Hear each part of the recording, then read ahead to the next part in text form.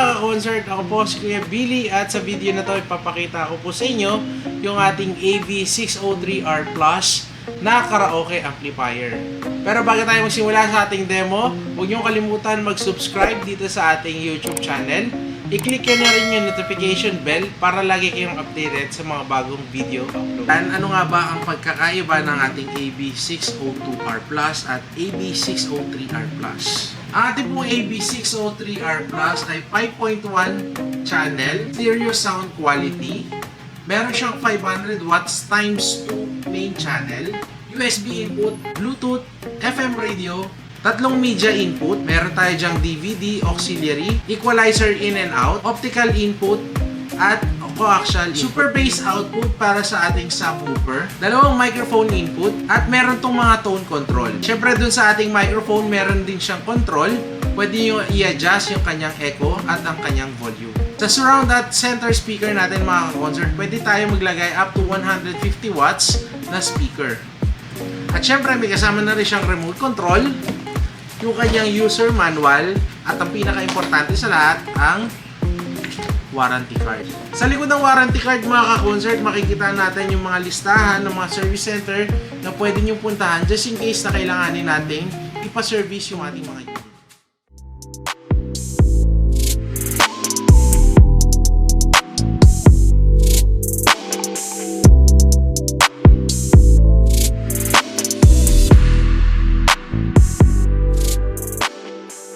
Pakita ko lang sa inyo ng malapitan mga ka-concert yung ating AV603R Plus. So eto, dito yung ating input selector. Dito natin makikita sa ating display. Yan, so may auxiliary tayo dyan. Kung DVD or CD, ito yung ating mga line input.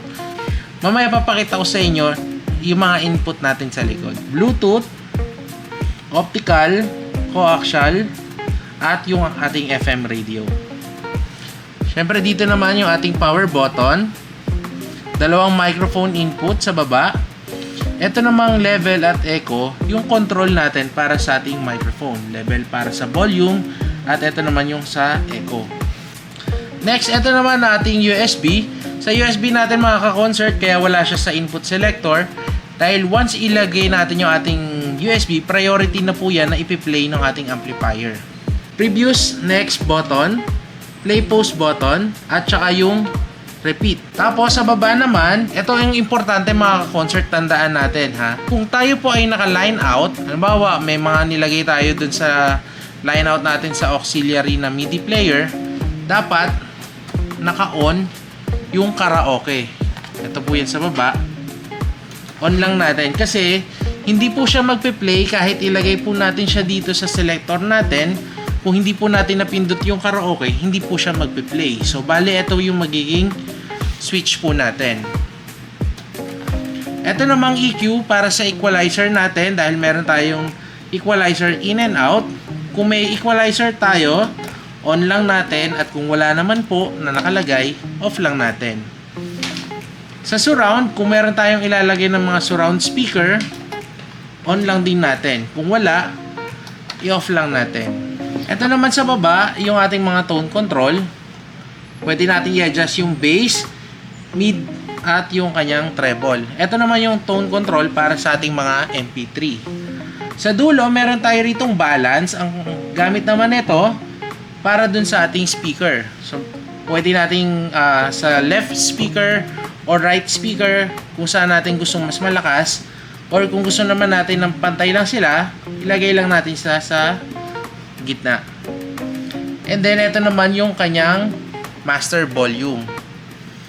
Sa loudness, ito naman nagdadagdag lang naman siya ng tunog. Hindi siya volume pero magdadagdag lang siya ng tunog. Okay, let's go.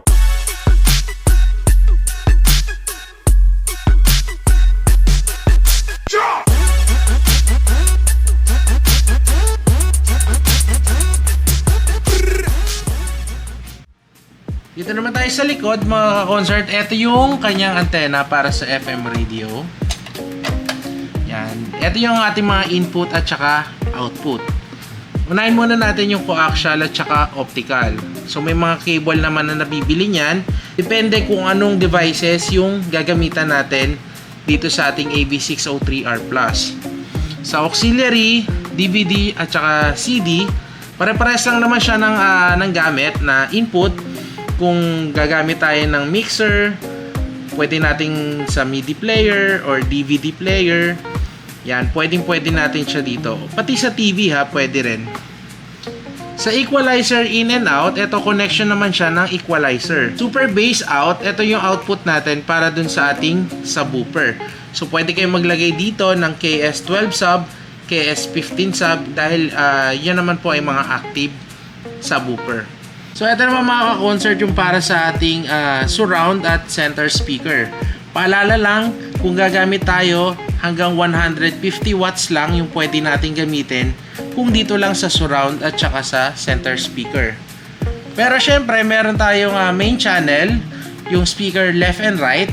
Pwede tayong maglagay dyan ng 500 watts tulad ng mga KS555, KS655. Up to 600 watts pwede nating idagdag na speaker dito sa ating AB603R Plus. Pero kung meron naman tayong mga 500 watts na speaker, mas okay din kasi para parehas lang yung kanyang wattage. Meron na rin tayo ritong socket mga ka-concert. Pwede tayo maglagay dito hanggang 300 watts lang. Pwede nating isaksak dito katulad kung meron tayong mga DVD player, mga wireless microphone. Yan, pwede nating dito na lang para iwas na rin tayo dun sa maraming cable na nakakalat. At yan mga ka-concert yung ating AB603R Plus Karaoke Amplifier. Available na po ito sa mga leading appliance store nationwide. Abangan nyo rin mga ka-concert yung ating soundcheck at saka yung connection dito sa ating AB603R Plus. So gagamitan natin siya ng speaker, subwoofer, mixer at equalizer. Kung may mga katanungan kayo, pwede pa rin kayong mag-comment dito sa video na to or mag-message kayo sa aming Facebook page, Concert Philippines. Like at i-follow nyo na rin po yan para lagi kayong updated sa mga bagong kaganapan at mga promotion ni Concert.